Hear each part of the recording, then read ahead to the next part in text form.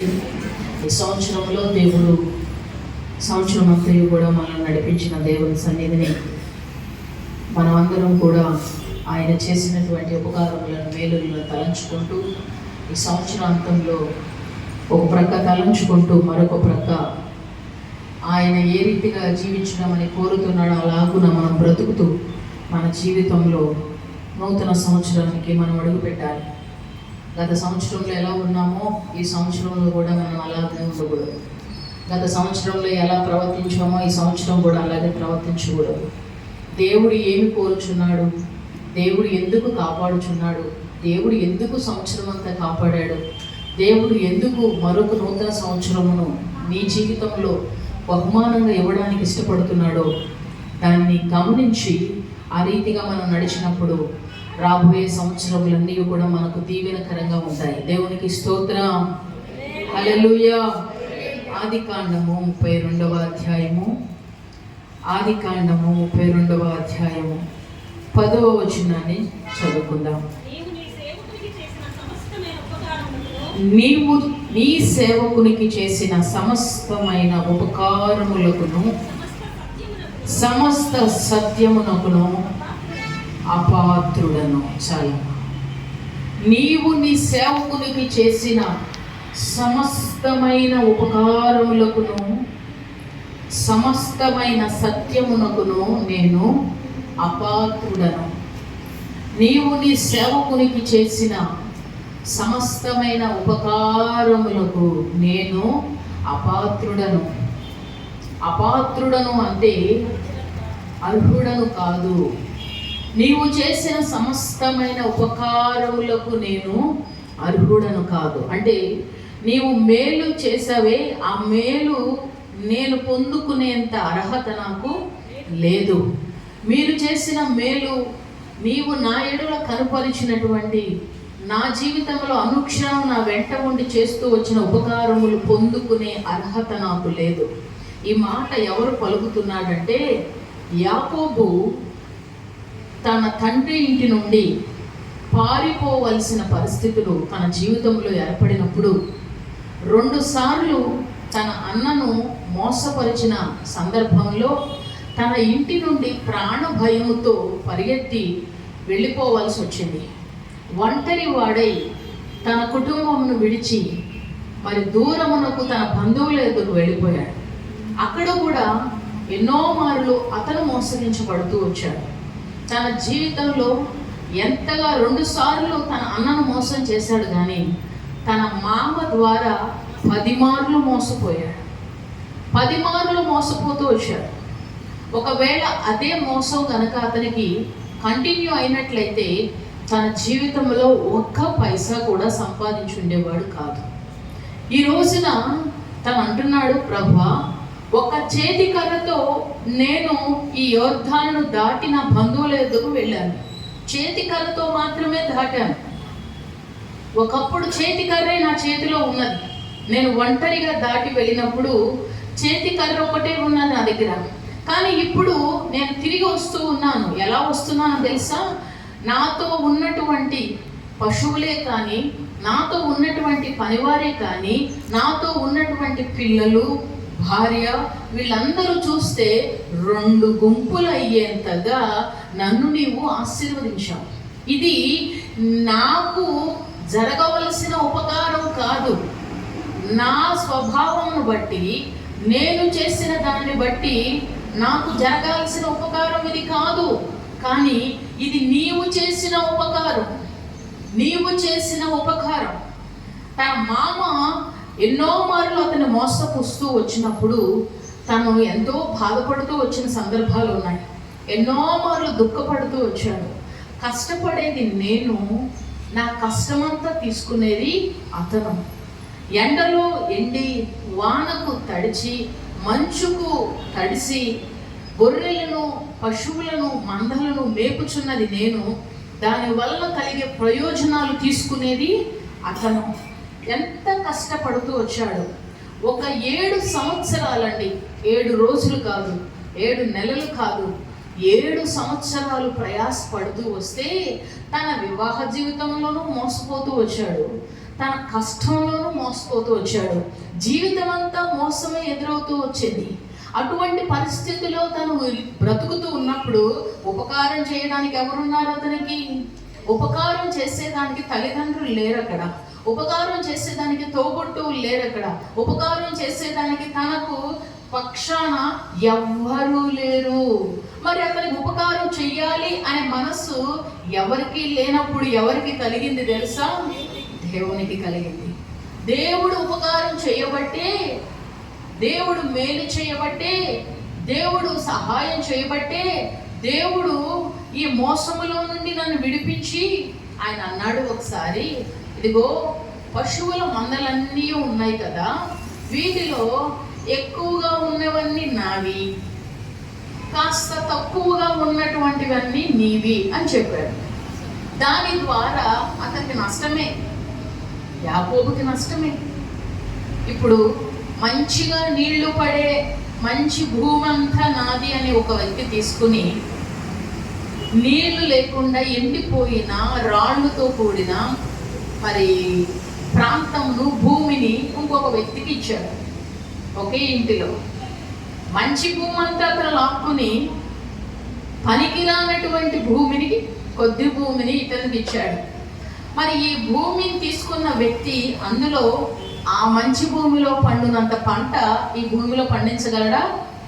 నిజంగా పండించగలడా? పండించలేడు. ఈ భూమి అందుకు సరిపోయినది కాదు, అందుకు తగినది కాదు. అది దాని వలన ఏమాత్రం ఉపయోగం ఉండదు. ఎంత కష్టపడినా రాళ్ళు తగులుతూ ఉంటాయి, ఎంత కష్టపడినా అందులో నుండి చేతికి సమృద్ధి అయిన పంట రాదు. కానీ దేవుడు ఉపకారం చేయాలి అని అనుకుంటే రాళ్లతో ముళ్ళతో కూడిన ఆ భూమిని సస్యశ్యామలంగా చేసి సమృద్ధి అయిన పంటను చేతికిస్తాడు. దేవునికి స్తోత్రం కలుగునుగాక. హల్లెలూయా. అది ఆయన చేసేటువంటి ఉపకారం. ఆయన చేసే ఉపకారం ఏమిటి అనంటే, మనుషులందరూ ఎవరైనా శ్రేష్టమైనవి తీసేసుకుంటారు, పనికిరాని ఇతరులకు ఇస్తూ ఉంటారు.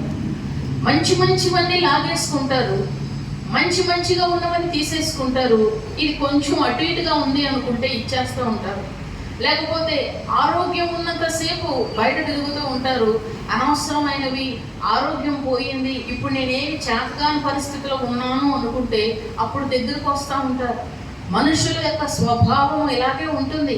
కానీ దేవుడు మేలు చేసి ఉపకారం చెయ్యాలి అనుకున్నాడు గనుక చేతి కర్రతో వెళ్ళినవాడు ఆ కర్ర కూడా పోగొట్టుకుని ఒంటరిగా రావాల్సినటువంటి యాకోబు 2 గుంపులై వస్తున్నాడు. అందుకు అంటున్నాడు యెహోవా, నీవు చేసిన ఉపకారములకు నేను అపాత్రుడను, నేను యోగ్యుడను కాదు, నేను అర్హుడను కాదు.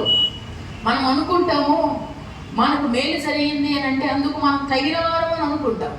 ఏ రీతిగా మనం తగినవారు? ఏ రీతిగా మనం తగినవారం అండి? మనం ఒకసారి ఆలోచన చేస్తే, ఒక చిన్న క్లర్క్ జాబ్కి వెళ్ళడానికి అప్లికేషన్ పెడితే ఆ జాబ్కు సంబంధించిన వ్యక్తి మనల్ని తృణీకరిస్తాడు. అర్థం ఏమిటి? నీవు దీనికి సరిపోయిన వాడవు కాదు, నువ్వు మంచిగా ఇన్షర్ట్ చేసుకుని వెళ్ళావు, ఎంతో చక్కగా మాట్లాడావు, కానీ నీ అర్హుడవు కాదని వారు బయటికి పంపించారు. ఒక చిన్న ఉద్యోగం కొరకు మనం ప్రయత్నం చేయడానికి వెళ్ళినప్పుడు ఎవ్వరూ కూడా మనల్ని యోగ్యులమని ఎంచుకోవటం లేదు, ఎవ్వరూ కూడా మనల్ని తీసుకోవట్లేదు. మనం అపాత్రులముగా త్రోసివేయబడుతూ ఉన్నాం. మరి ఈ రోజున నీకు ఉద్యోగం వచ్చింది, ఈ రోజున నీకు చక్కని బిడ్డలు కలిగారు, ఈ రోజున చక్కని సమృద్ధితో బ్రతుకుతున్నావు, చక్కని ఆనందాన్ని దేవుడు నీకు అనుగ్రహించాడు, శక్తినిచ్చాడు, బలం ఇచ్చాడు, కృపనిచ్చాడు. అవన్నీ నీవు యోగ్యుడు అనే ఇచ్చాడా? అవన్నీ పొందడానికి నీవు అర్హుడు అనే ఇచ్చాడా? వీటన్నిటిని నేను కలిగి ఉండుటకు నేను అపాత్రుడను, నేను అపాత్రుడను. ఆ మనసు హృదయంలో నుండి రావాలి. 2 భార్యాభర్తలు గవర్నమెంట్ జాబ్ చేస్తున్నారు, ఇద్దరికి గవర్నమెంట్ జాబ్స్, ఇద్దరు టీచర్సే. వాళ్ళకి మొదట కుమార్తె పుట్టింది, తర్వాత ఒక చక్కని కొడుకు పుట్టాడు. ఎంతో సంతోషించారు, ఎంతో ఆనందించారు కొడుకు పుట్టాడని. వారి ఆనందంలో జరిగిన కార్యం ఏంటంటే 6 నెలల తర్వాత ఏదో చిన్న బలహీనత వచ్చింది, జ్వరంలాగా వచ్చింది. జ్వరంలాగా వచ్చి ఆ జ్వరములో ఏది అవ్వలేదు ఆ బిడ్డకి. జ్వరములో వచ్చినటువంటి బలహీనత ఎక్కడ వరకు తీసుకెళ్ళిందంటే ఈ దేహము నుండి కింద వరకు పని చేయని విధంగా తీసుకుని వెళ్ళిపోయింది.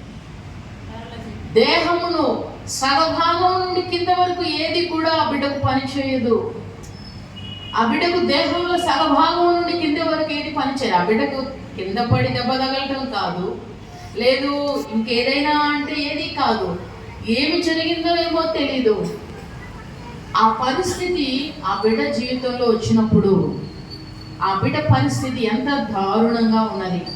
ఆ బిడ్డను చూస్తూ వారు ఎంతో దుఃఖపడుతూ, ఎంతో బాధపడుతూ, ఎంతో వేదన చెందుతూ, కాలుకు దెబ్బ తగిలినా తెలియకపోవటం వలన దెబ్బ అలాగే ఉండిపోయి లోపల పాడైపోయి ఒక కాలు కూడా తీసివేసే పరిస్థితి వచ్చింది.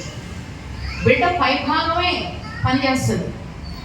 మంచి తెలివి కలిగినవాడు, మంచి జ్ఞానం కలిగినవాడు, బాగా మాట్లాడతాడు, చక్కగా పాడతాడు, చక్కగా అన్నీ బాగున్నాయి. పై వరకు బాత్రూమ్ వచ్చేది తెలీదు, మోషన్కి వెళ్ళేది తెలీదు. పసి బిడ్డను చూసినట్లుగా ఆ బిడ్డను చూసుకోవాలి. దేవుడు మనకిచ్చిన వాటిలో మనము ఈ రీతిగా ఉన్నామంటే ఆయన ఉపకారం కాదా? చెప్పాలా? మన బిడ్డలు ఈ రీతిగా ఉన్నారంటే ఉపకారం కాదా? ఉపకారమేనా కాదా? ఉపకారమే. దేవుడు చేసినటువంటి ఉపకారములకు ఏమి చేశాడు? ఉపకారం ఒకే పేరు మీద తుడిచేయటం కాదు. ఆయన చేసిన కార్యములట తలంచుకుంటూ. అక్కడ 2 గుంపులు అయ్యాం కదా. ఇప్పుడు ఆశీర్వాదం వచ్చింది, ఇప్పుడు ఐశ్వర్యం వచ్చింది, ఇప్పుడు ధనం పెరిగింది, ఇప్పుడు పశువులు ఎక్కువ వచ్చాయి, ఇప్పుడు పిల్లలు సంపద, అందరూ నా కుటుంబమే పెద్ద కుటుంబం అయిపోయింది. ఇక ఇప్పుడు దేవుడు ఒకప్పుడు ఏం చేశాడు అది జ్ఞాపకం చేసుకోవాలా? ఒకప్పుడు ఏం చేశాడు అది జ్ఞాపకం చేసుకోవాలా? అవసరమైందంటారా? ఆ మాట అంటున్నాడు అక్కడ. ఒకప్పుడు నేను చేతి కర్రతో, ఆ కింద లైన్ చదవండి. ఒకప్పుడు నేను చేతి కర్రతో, నా చేతి కర్రతో దాటాను.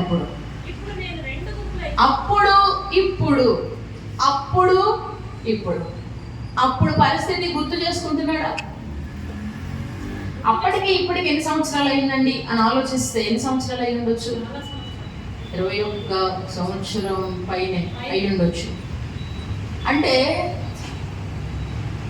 అప్పుడు సంగతి ఇప్పుడు పోయిన నెలలో జరిగితే ఈ నెలలో జ్ఞాపకం చేసుకోవడం పెద్ద విషయమేం కాదు. గుర్తుంటుంది మనకి. పోయిన వారం జరిగింది ఈ వారం గుర్తుంటుంది, పోయిన నెలలో జరిగింది ఈ నెల గుర్తుంటుంది, పోయిన సంవత్సరంలో జరిగింది ఈ సంవత్సరం గుర్తుంటుందా? గుర్తుండదు. ఇంతకు ముందు జరిగినవి ఈ సంవత్సరం గుర్తుంటాయా? గుర్తుండవు. తన జీవితంలో ఎన్నో సంవత్సరాల క్రితం తన పరిస్థితి ఏమిటి, ఇప్పుడేమిటి, అప్పుడు ఎలాగా, ఇప్పుడు ఎలాగా? అప్పుడు ప్రాణభయంతో పరిగెత్తాడు, ఇప్పుడు ఇదిగో నన్ను ఎంతగా ఆశీర్వదించావని అప్పటి స్థితిని జ్ఞాపకం చేసుకుని అంటున్నాడు. ఈ ఉపకారములన్నిటి అప్పుడు అనిపిస్తుందండి ఉపకారం అని. దేవుడు ఉపకారం చేశాడని ఎప్పుడు అనిపిస్తుంది అంటే ఒకనాటి స్థితి ఏమిటో ఇప్పుడు పరిస్థితి ఏమిటో ఆలోచన చేసుకుంటే, బేరీజ్ వేసుకుంటే, అప్పుడు దేవుడు మనకు ఉపకారం చేశాడా, అపకారం చేశాడా, మేలు చేశాడా, కీడు చేశాడా అనే గ్రహింపు అప్పుడు వస్తుంది. అప్పటి వరకు ఏం చేశాడు దేవుడు? దేవుడు మేలు చేయలేదు, కీడు చేయలేదు, ఏమీ చేయలేదు. దేవుడు ఏమి చేశాడు అన్నట్లే ప్రవర్తిస్తూ ఉంటారు. దేవుడు ఏమి చేశాడు అనేది నీకు గుర్తు రావాలంటే ఒకనాటి స్థితి. అందుకే అంటాడు, నీవు ఏ స్థితిలో నుండి పడితివో ఆ స్థితి జ్ఞాపకం చేసుకోవాలి. జ్ఞాపకం చేసుకోవాలి, మర్చిపోకూడదు.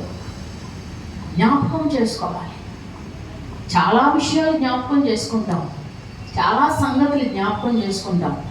మరిచిపోవలసినవి కొన్ని ఉన్నాయి, ఎప్పటికీ జ్ఞాపకం ఉంచుకోవాల్సినవి కొన్ని ఉన్నాయి. యేసు ప్రభు వారు తన బిడ్డలు యోర్దాను దాటి బయటకు వచ్చిన తర్వాత అక్కడ కొన్ని రాళ్ళు పేర్చి ఆ రాళ్ళ మీద బలిపీఠం కట్టి కొన్ని రాళ్ళు అలా పేర్చమని చెప్పేవాడు దేవుడు.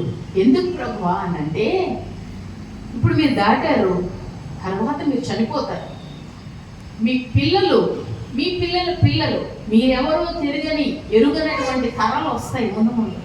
ఆ తరాలు వచ్చినప్పుడు ఈ రాళ్ళు ఏమిటి అని అడుగుతారు, తప్పనిసరిగా అడుగుతారు. ఈ రాళ్ళు ఏమిటి అనినప్పుడు అప్పుడు మీరు ఏం చెప్పాలి? ఈ స్టోరీ అంతా జరిగిన సంఘటన అంతా కూడా చెప్పాలి.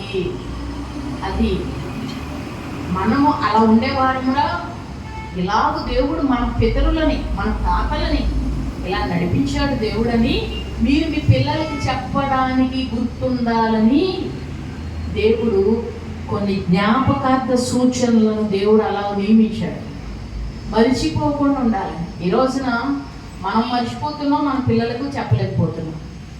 మనం మర్చిపోతున్నాం. గడిచిన సంవత్సరాల్లో పిల్లల జీవితంలో ఏం జరిగిందో మనం మర్చిపోతున్నాం, పిల్లలకు కూడా ఏమీ తెలీదు. మన పరిస్థితి ఒకనాడు ఏమిటి, ఇప్పుడు ఏమిటో మనం చెప్పము, మన పిల్లలకు తెలీదు. జ్ఞాపకం చేసుకోండి, నీవు చేసిన సమస్త ఉపకారములకు నేను అపాత్రుడు. నేను ఒక్కొక్కసారి ఒంటరిగా కూర్చున్నప్పుడే అని కాదు, పనిచేసేటప్పుడు కూడా చాలా విషయాలు జ్ఞాపకం వస్తాము.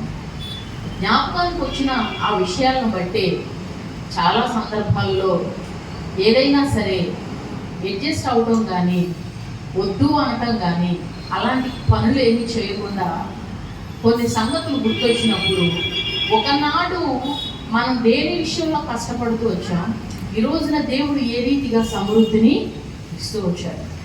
అప్పుడు పరిస్థితుల్లో కూడా ఒకనాడు సమృద్ధిగా సంతోషంగా మనం జీవించిన పరిస్థితుల్లో కూడా అది లేని కుటుంబాలు ఏ రీతిగా జీవిస్తూ వచ్చాయో వారిని జ్ఞాపకం చేసుకున్నప్పుడు కలిగి ఉన్న దానితో సంతోషంగా తృప్తిగా ఉండటం నేర్చుకుంటాం. అసలు జీవిత భాగస్వామి లేని వారు ఎటువంటి దుఃఖ పరిస్థితిలో ఉన్నారో జ్ఞాపకం చేసుకుంటే దేవుడిచ్చిన జీవిత భాగస్వామిని చాలా జాగ్రత్తగా చూసుకుంటారు. పిల్లలు లేని కుటుంబాలు ఏ రీతిగా ఏడుస్తున్నాయో జ్ఞాపకం చేసుకుంటే ఇచ్చిన బహుమానాలను కనుపాప వలె కాపాడుకుంటారు. పిల్లలు పుట్టిన మానసిక వైకల్యంతో లక్షలు ఖర్చు పెట్టిన పిల్లలకు ఒక్క మాట కూడా రానటువంటి బిడ్డలను చూసినప్పుడు మన పిల్లలు చిన్న చిన్న తప్పులు చేస్తే క్షమించడం నేర్చుకుంటారు. ఎప్పుడూ కూడా మన జీవితంలో తగ్గటం, మన జీవితంలో లోబడి ఉండటం, ప్రేమించటం, క్షమించటం అనేవి మనకన్నా పై స్థాయిని చూస్తే రావు. మనకన్నా క్రింది స్థాయిలో ఉన్న వారి జీవితాలను చూస్తే మెత్తని మనసు అనేది వస్తుంది, మెత్తని హృదయం అనేది వస్తుంది. అది ప్రభువుకి చాలా ఇష్టమైనది. హై అంటే ఏంటంటారు తెలుసా? దాన్ని దేవుని మాటలో చెప్పాలంటే గర్వం అంటారు. గర్వం అనేది మరిచిపోయేలా చేస్తుంది, కానీ కృతజ్ఞత అనేది గుర్తు చేసుకునేలాగా చేస్తుంది. ఎప్పుడు మర్చిపోకూడదు, ఏ రోజు మర్చిపోకూడదు. ప్రభువు చేసిన కార్యాలు జ్ఞాపకం చేసుకోవాలి. యాకోబు జ్ఞాపకం చేసుకుంటున్నాడు. ఎన్నో సంవత్సరాల క్రితంది. ఇప్పుడు జ్ఞాపకం చేసుకోవాల్సిన అవసరం ఉందా అంటే లేదు. తనకు భార్యలు ఉన్నారు, పిల్లలు ఉన్నారు, సంపద ఉంది, ఆస్తుంది, ఇక తనకు లేనిది లేదు. జ్ఞాపకం చేసుకోవాల్సిన అవసరము లేదు. కానీ అంటాడు, నా చేతి కర్ర. ఇప్పుడు ఆశీర్వాదాన్ని చూస్తున్నప్పుడు గర్వం రావట్లేదు, అతనిలో వస్తున్నది ఏమిటో తెలుసా? నీవు చేసిన ఉపకారములకు నేను అపాత్రుడను. దావీదు కూడా ఎప్పుడు అంటాడు, దేవా నా కుటుంబమును నిత్యము ఆశీర్వదించదని అన్నావే, నీవు ఆ మాట పలుకుతున్నావు గనుక ఆ మాట పలకడానికి, నీవు నా కుటుంబమును దీవించేదను అని అనడానికి కూడా నేను పాత్రుడను కాదు అంటాడు. రాజస్థానంలో ఉండి గర్వపు మాటలు నోటికి రానివ్వట్లేదు, కృతజ్ఞత అంటే ఒకనాటి స్థితి వారి నరనరాలలో జీర్ణించుకుపోయింది. దేవునికి స్తోత్రం కలుగును గాక. హల్లెలూయా. మన నరనరాలలో ఏముండాలి తెలుసా? ఒకనాటి స్థితి ఎప్పుడు గుర్తుండాలి. అది ఎప్పుడు గుర్తుండాలి. దావీదు ఎప్పుడు నేను గొర్రెలను కాచుకునేవాడిని. ఈరోజు సింహాసనం వచ్చిందని విర్రవేగను. నేను సింహాసనం ఎక్కానని గర్వంగా ప్రవర్తించను. సింహాసనం ఎక్కానని నేను దేవుణ్ణి స్తుతించే విషయంలో కానీ, ఆరాధన చేసే విషయంలో కానీ, ఘనపరిచే విషయంలో కానీ నా దేవునికి ఎక్కడ తక్కువ చేయను. ఈ రోజున నా దగ్గర చాలా మంది సైన్యం ఉన్నారు. సామ్రాజ్యం అంతటికి నేనే రాజుని. కనుక నేను ఏదో అలా పైన ఉంటాను. మిగిలిన వారందరూ నా క్రింద ఉన్న వారులారా మీరు బాగా ఆరాధన చేయండి. నేను రాజునయ్యాను గనుక రాజ టీవీకి తగినట్టుగా కాలు మీద కాలేసుకుని కూర్చుని అలా నిలబడి ఆఖరి ప్రార్థనకు వస్తానని అనలేదు దావీదు. హృదయంలో ఎప్పుడూ ఉండే విషయం ఏంటి తెలుసా? తన స్థితి ఎప్పుడు మర్చిపోడు. అది ఉన్న వారు ఎవరైనా ఎంత ఎత్తుకు ఎదిగినా వస్త్రములు పోతున్నాయా అనే జ్ఞానం కాదు. అది కూడా వస్త్రములు, రాజవస్త్రం ఇచ్చింది దేవుడు. ఈ వస్త్రం పోతుందని సిగ్గుపడి ఆరాధన చేయకుండా దేవుని స్తుతించకుండా నేను స్తుతించకుండా ఉండలేను. నీచుడు ఒకడు నాట్యం ఆడినట్లుగా నాట్యం ఆడుతున్నావు అని అంది తన భార్య. నీచుడు ఒకడు అంటే మన కింద పనిచేసే మన ఇంట్లో పనోడు నాట్యం చేసినట్లుగా నువ్వు నాట్యం ఆడుతున్నావు. రాజు అయ్యిండా పని చేస్తున్నావు. ఆమె ఏమిటి తెలుసా? మా నాన్న రాజు. ఆమె ఏంటి? ఆమె మనసు ఏమిటి? మా నాన్న రాజు, సౌలు మా నాన్న రాజు. రాజుగారి కూతుర్ని నేను, రాజుగారి కూతుర్ని. అమ్మగారికి రాజుగారి కాక తెలియదు కదా. తండ్రి ఏనాడు చెప్పుండడు, చరిత్ర చెప్పలేడు. అమ్మా మన గోత్రమే కనిష్ట గోత్రం, మనం బెన్యామీను గోత్రం. గాడిద పోతే ఎత్తుకోవటం చేతగానోడిని నేను. నాలాంటి వాడిని కేవలం కృపతో దేవుడు రాజుగా చేశాడు. తల్లి నా కూతురుగా పుట్టావు, ఇదంతా ఆయన వల్ల జరిగిందని కూతురికి ఏనాడని చెప్పుంటే ఆ మాట అనేది కాదు. ఈ రోజున పిల్లలు ఆ మాటలు పలుకుతున్నారంటే, గర్వపు మాటలు పిల్లల్లో వస్తున్నాయంటే నేను హీరో అని తండ్రి చెప్పబట్టే. నేనే హీరో. అందుకని మా నాన్న హీరో అని దేవుని ఎదుట గర్వముగా ప్రవర్తించే తీరు పిల్లలకు వస్తుంది. మనము హీరోలు అని పిల్లల ఎదుట కనబడకూడదు. దేవుణ్ణి హీరో చేయాలి. దేవునికి స్తోత్రం కలుగును గాక. హల్లెలూయా. ఆ మాట సౌలు రాజు చెప్పలేదు కనుకనే ఆమె కిటికీలో నుండి చూస్తున్న అమ్మగారు దేవుని మందసం వస్తుంటే సింహాసనం దిగి ప్రజలతో కూడా నాట్యం ఆడుతున్నాడు దావీదు. ఆమె చేసిన పనికి జీవితాంతం పిల్లలు లేకుండానే అయిపోయింది కదా. జీవితాంతం సంతానం లేకుండానే అయిపోయింది కదా. ప్రియమైన దేవుని బిడ్డలారా, రాజువే దిగినాడు, మనం దిగలేమా? కృతజ్ఞత అనే హృదయం మనసులో పెట్టుకోవాలి. ఎప్పుడూ కూడా దేవుడు చేసిన కార్యాలు జ్ఞాపకం ఉంచుకోవాలి. ఎప్పుడు మనసులో ఉండాలండి. అప్పుడు మన కళ్ళల్లో ఎప్పుడు నీళ్లు ఉంటాయి. కళ్ళు మూసినప్పుడల్లా కృతజ్ఞత కన్నీరు కారుతుంది. నాకు ఏదో లేదని కన్నీరు కారటం కాదు, కృతజ్ఞత కన్నీరు. అది మన కళ్ళలో నుండి కారుతున్నప్పుడు సంతోషం, ఆనందం. దేవుడు చేసిన ఉపకారములు జ్ఞాపకం చేసుకుని ప్రభుకి ఇష్టమైన బిడ్డలుగా బ్రతుకుదాం. వంటి కృప దేవుడు దయచేయగాక. ఆమేన్.